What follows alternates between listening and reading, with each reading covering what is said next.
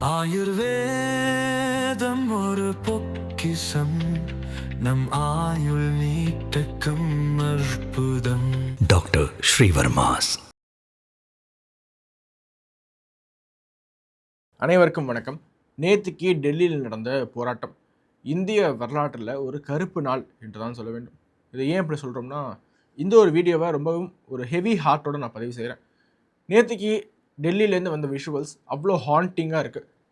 மனதை அப்படியே உருக்கக்கூடிய அளவில் இருக்குது. டெல்லியிலேருந்து வர வீடியோஸ், அவ்வளோ வீடியோஸ் வந்துச்சு. போராட்டக்காரர்கள் பாராளுமன்றத்தை நோக்கி ஆயிரக்கணக்கான போராட்டக்காரர்கள் அப்படியே பேரணியாக நடந்து வராங்க முற்றுகையிடுவதற்காக. ஸோ ஒரு ஃபோட்டோ நேற்றுக்கு ரொம்ப வைரல். அது இந்த ஃபோட்டோ தான். நம்மளுடைய செக்யூரிட்டி பர்சனல் துப்பாக்கி ஏந்தியபடி எய்ம் பண்ணி நிற்கிறாங்க. யாருக்கு எதிராக தெரியுமா? இந்திய மாணவர்களுக்கு எதிராக. இதில் யார் தரப்பில் நியாயம் என்று பார்த்தோம்னா, இரு தரப்புமே பாருங்கள். இந்த பக்கம் பாராளுமன்றத்தினுடைய செக்யூரிட்டி, மக்களால் தேர்ந்தெடுக்கப்பட்ட பிரதிநிதிகள் உள்ளே இருக்காங்க. இந்த ஒரு மாபு உள்ளே பூந்துச்சுன்னா என்ன நடக்கும் என்று தெரியாது. அதற்காக வேறு வழியே இல்லாமல் இந்தியன் ப்ரொட்டஸ்டர்ஸை நோக்கி இந்தியன் செக்யூரிட்டி பர்சனலே துப்பாக்கி ஏந்த வேண்டிய ஒரு நிர்பந்தத்தில் தள்ளப்பட்டாங்க. அட் த சேம் டைம் அந்த பக்கம் எக்ஸாமில் இந்த நீட் பேப்பர் லீக் ஆயிருச்சு, 20 மாணவர்கள் சூசைட் பண்ணியிருக்காங்க, இதற்கு யார் பொறுப்பு? ஸோ இந்த மாணவர்களுடைய கன்சர்ன் ஒரு ஜென்யூனான கன்சர்ன்.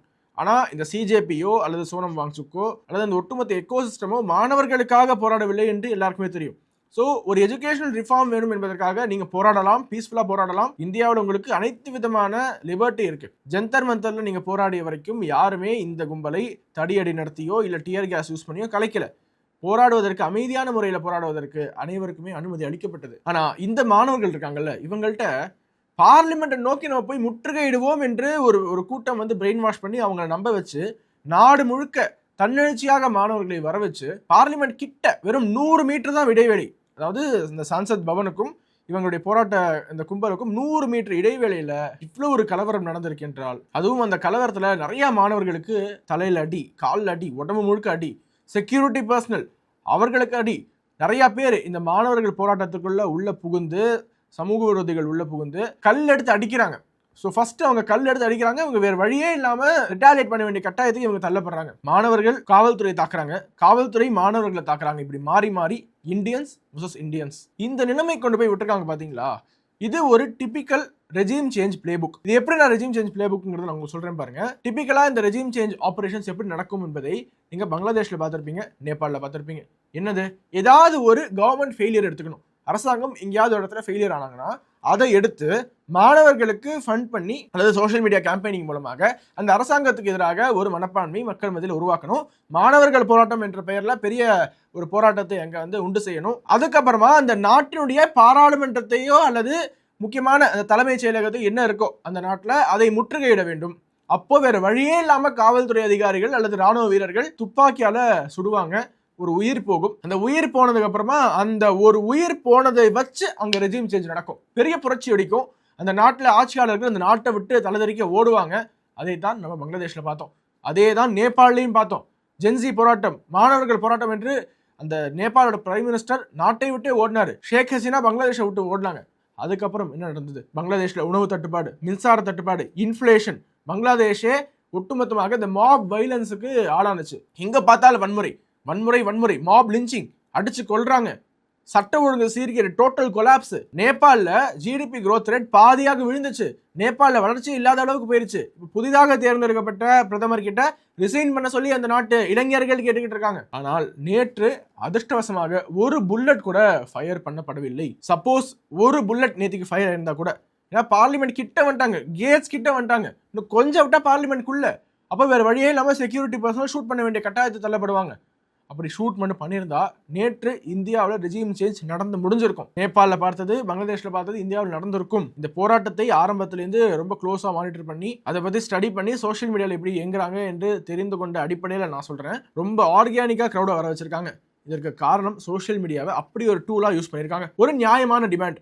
மற்ற நாடுகள் மாதிரியே ஒரு அரசாங்கத்தோட ஃபெயிலியர் எடுத்துக்கிட்டாங்க, paper leak, NEET paper leak. இது மக்கள் மத்தியில் அப்பீலிங்காக இருக்கக்கூடிய ஒரு பிரச்சனை. அதை எடுத்து இதுக்கு முன்னாடியே பலமுறை சோனம் வாங்சுக் என்ற அவருடைய இயக்கத்திற்கு தொடர்ச்சியாக சிஐஏ, ஃபோர்ட் ஃபவுண்டேஷன் இது மாதிரியான டீப் ஸ்டேட் நிறுவனங்கள் ஃபண்ட் பண்ணிகிட்டே இருந்த ஒரு டீப் ஸ்டேட் ஆள் ரேமோன் மேக்ஸேசி அவார்ட்லாம் வாங்கின ஒரு டீப் ஸ்டேட் ஆளு. பங்களாதேஷ்ல சிஐஏ பப்பெட் முகமது யூனஸை கட்டி பிடிச்சி ஆரத்தழி போஸ் கொடுத்த ஒரு சிஐஏ பப்பெட் அவரை கொண்டு வந்து உட்கார வச்சு, இவர் ஒரு சயின்டிஸ்ட், இவர் எல்லாம் தெரிஞ்சவர், இவரை மட்டும் பிரைம் மினிஸ்டர் ஆகிட்டோம்னா, எஜுகேஷன் மினிஸ்டர் ஆகிட்டோம்னா இந்தியா அப்படியே செல்வ செழிப்பாயிரும் அப்படின்லாம் சோஷியல் மீடியாவில் பெய்டு கேம்பெயின், பிஆர் கேம்பெயின், ரீல்ஸ்க்கு காசு கொடுத்து, சோஷியல் மீடியா இன்ஃப்ளூயன்சஸ் காசு கொடுத்து ஒரு கேம்பெயின் உருவாக்குறாங்க. அங்கேருந்து அவங்கெல்லாம் சொல்றாங்க 20ஆம் தேதி வாங்க, டெல்லிக்கு வாங்க, டெல்லிக்கு வாங்க, டெல்லிக்கு வாங்க, டெல்லிக்கு வாங்க என்று சொன்னதுலேருந்து நிறைய இளைஞர்கள் எஜுகேஷன் சிஸ்டம் மாற்றப்பட வேண்டும் என்று உள்ளுக்குள்ள எண்ணம் இருக்கிறவங்க எல்லாருமே வந்துட்டாங்க. ஸோ அந்த அப்பாவி இளைஞர்களை இந்த போலீஸ் கிட்ட அடி வாங்க வச்சு அதை ஒரு போட்டோவை பிடிச்சி எமோஷனல் அப்பீலா காவல்துறை அதிகாரி வந்து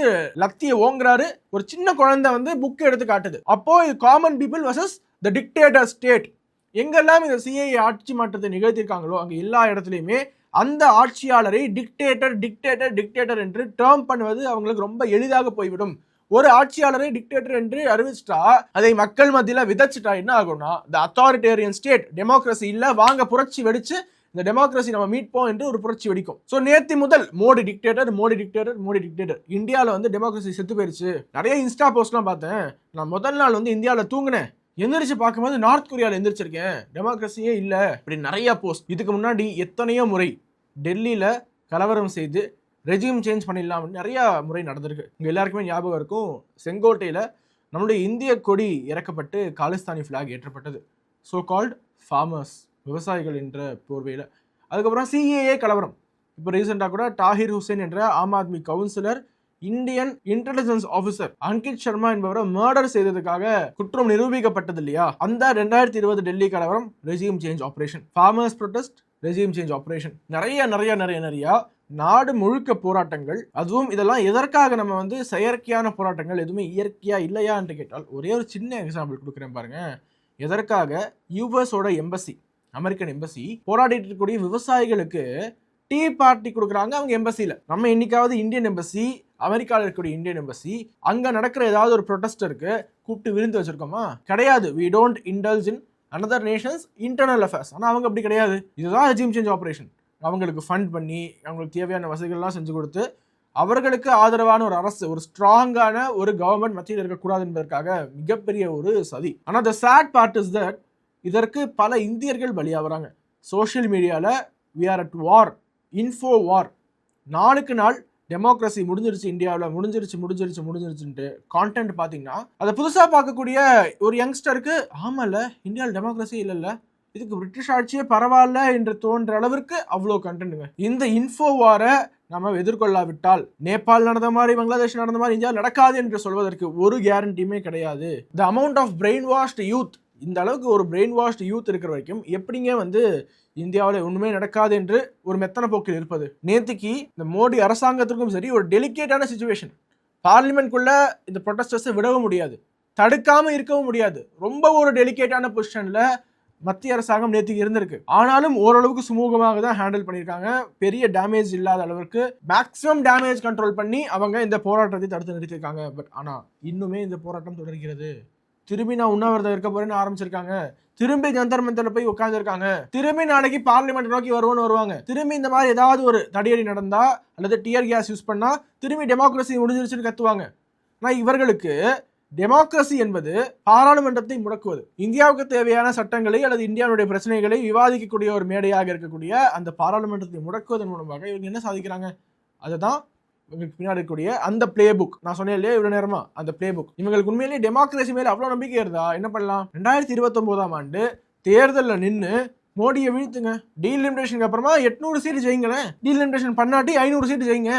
வாட் இஸ் ஸ்டாப்பிங் யூ? அதை கூட விடுங்க. 2029 ரொம்ப லாங்கு அப்படின்னா பிஜேபி தோக்கடிக்கணுமா? யூபியில் எலெக்ஷன் வருது, இன்னும் 6 மாசம் தான். 6 மாசத்துல நின்று ஒரு சீட்டு ஜெயிக்க முடியுமா? முடியாது என்று அவர்களுக்கு தெரியும். அவங்களுடைய நோக்கம் ஜெயிப்பது கிடையாது. இங்க ஒரு அண்ட்ரஸ்ட் கிரியேட் பண்ணணும், இந்தியாவை ஒரு பதட்டமான சூழலில் வைத்திருக்க வேண்டும். இதற்காக தான் they have been paid. நான் சொல்வது போராடக்கூடிய எல்லா இளைஞர்கள் கிடையாது. 90% இளைஞர்கள் அங்க ஜெனுவினான இளைஞர்கள், உண்மையிலேயே நீட் பேப்பர் லீக்காகவும் எஜுகேஷன் ரிஃபார்முக்காக வந்து போராடியவர்கள். ஆனா அந்த போராட்டத்துக்கு அழைப்பு விடுத்து தூண்டினவங்க இருக்காங்க இல்லையா, அவர்களுக்கு பின்னாடி கூடிய இந்த கான்ஸ்பிரசியை பேசுறேன். இந்தியா இன்னைக்கு வேகமாக உயரக்கூடிய ஒரு பொருளாதார நாடாக இருக்கிறது. World's fastest growing economy. India இன்னைக்கு ப்ரொடக்ஷன்ல எங்கேயோ போயிட்டு இருக்கு. மேனுஃபேக்சரிங் ஹப்பா மாறிட்டு இருக்கு, ஐடி ஹப்பா மாறிட்டு இருக்கு. இந்தியா சாதிக்காத துறையே கிடையாது. மூனோட சவுத் போல்ல லேண்ட் ஆன ஒரே நாடாக இந்தியா இருக்கிறது. ரீசெண்டா பிரைவேட் ராக்கெட்ஸ் வரைக்கும் நம்ம விட்டுட்டு இருக்கோம். இந்தியாவோட உற்பத்தி என்பது விண்ணை தொட்டுட்டு இருக்கு. ஃபுட் கிரெயின்ஸ் ஏற்றுமதி செஞ்சுக்கிட்டு இருக்கோம். நாள்தோறும் ஸ்டார்ட் அப்ஸ் பூம் ஆகிக்கிட்டே இருக்கு. இந்தியன் எக்கானமி அப்படி ஒரு ஃபிளரிஷிங்கா இருக்கும்போது இங்க பலருக்கும் அது பொறுக்க முடியாம டீஸ்டெபிலைஸ் இந்தியா என்பதுதான் இவருடைய ஒரே நோக்கமாக இருக்கிறது. இதற்கு முன்னாடி நான் பல்வேறு வீடியோக்கள்ல நிறைய உங்களுக்கு எவிடன்ஸ் கொடுத்திருப்பேன். வெளிநாடுகள்ல ஸ்கிரிப்ட் வாங்கி எப்படி ராகுல் காந்தி பேசுறாரு, அவருக்கு பின்னாடி இருக்கக்கூடிய ஆர்கனைஸ்ட் மாஃபியா என்ன, நெட்வொர்க் என்ன, OCCRP organised corruption and crime reporting project என்ற அந்த நிறுவனத்துடைய பின்புலம் என்ன, ஃபோர்டு ஃபவுண்டேஷன், ராக்கெஃபெல்லர் ஃபவுண்டேஷன் என்று பல நிறுவனங்கள் இந்தியாவில் இருக்கக்கூடிய பல NGOக்களுக்கு வந்து ஃபண்ட் பண்ணி இங்க எய்தர் ஒரு அண்ட்ரஸ்ட் கிரியேட் பண்ணணும் அல்லது மேசிவா அந்த அரசாங்கத்துக்கு எதிராக மக்களை தூண்டி விட வேண்டும். இப்படி இது தொடர்ச்சியாக நடந்து கொண்டிருக்கிறது. இன்னொரு ஃபேக்டரும் நான் இந்த இடத்துல பேசணும்னு நினைக்கிறேன், ஃபெட்டிக் ஃபேக்டர். என்ன ஃபெட்டிக்னா, மோடி தான் இவ்வளவு தடவை வந்துட்டாரு, ஒரு தடவை மாத்தி பார்ப்போமே என்ற ஒரு அந்த ஃபெட்டிக் ஃபேக்டர் இருக்கு இல்லையா, அது பெரும்பாலான மக்களுக்கு இருக்கிறது. எவ்வளோ தடவை மோடியே வருவாரு, ட்ராக் ரெக்கார்ட் எடுத்து பாருங்க. 3வது முறை ஆட்சிக்கு வந்ததுக்கு அப்புறமா எத்தனை வளர்ச்சி திட்டங்களுக்கு அடிக்கல் நாட்டியிருக்கோம், எத்தனை வளர்ச்சி திட்டங்களை செயல்படுத்தியிருக்கோம் என்பதை மோடி பதிவிட்டு இருக்காரு. ஆனா இந்தியர்களுக்கு இயல்பாகவே அந்த மனப்பான்மை, அந்த ஓட் ஃபெட்டிக் ஃபேக்டர் வருது. ஸோ அதனால தான் சொல்றேன், நேத்திக்கு வேணா இந்த ரெஜிம் சேஞ்ச் ஆபரேஷன் தோத்திருக்கலாம், ஆனா this is a continuous process. இவர்களுடைய மூலதனம் என்ன தெரியுமா? அடிக்கடி ஜெயசாதிப்பு கூட ஒரு ஃபேமஸான ஸ்லோகன் இருக்கு, you have the government but we have your children. நீங்க அரசாங்கத்தில் இருக்கலாம், இன்னைக்கு ஆட்சியில் இருக்கலாம், நாளைக்கு 10 வருஷம் கழிச்சு, 20 வருஷம் கழிச்சு, 30 வருஷம் கழிச்சு வி ஹேவ் யுவர் சில்ட்ரன். அது போதும். இன்னைக்கு கூட பார்லிமெண்ட் நடந்துகிட்டு இருக்கு.